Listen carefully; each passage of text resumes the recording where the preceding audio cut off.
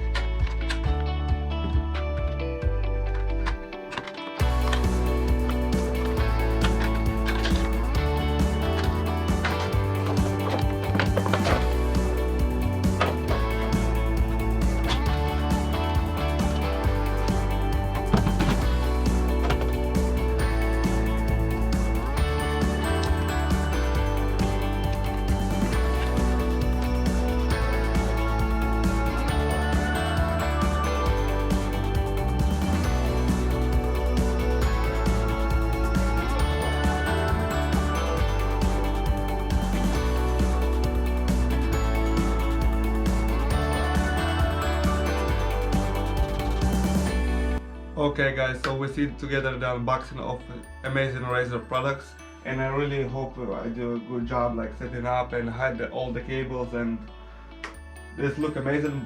One downside of the base station, that the cables of the USB, it's like in front, and this is like really bad. It looks messy with the cables and it's horrible.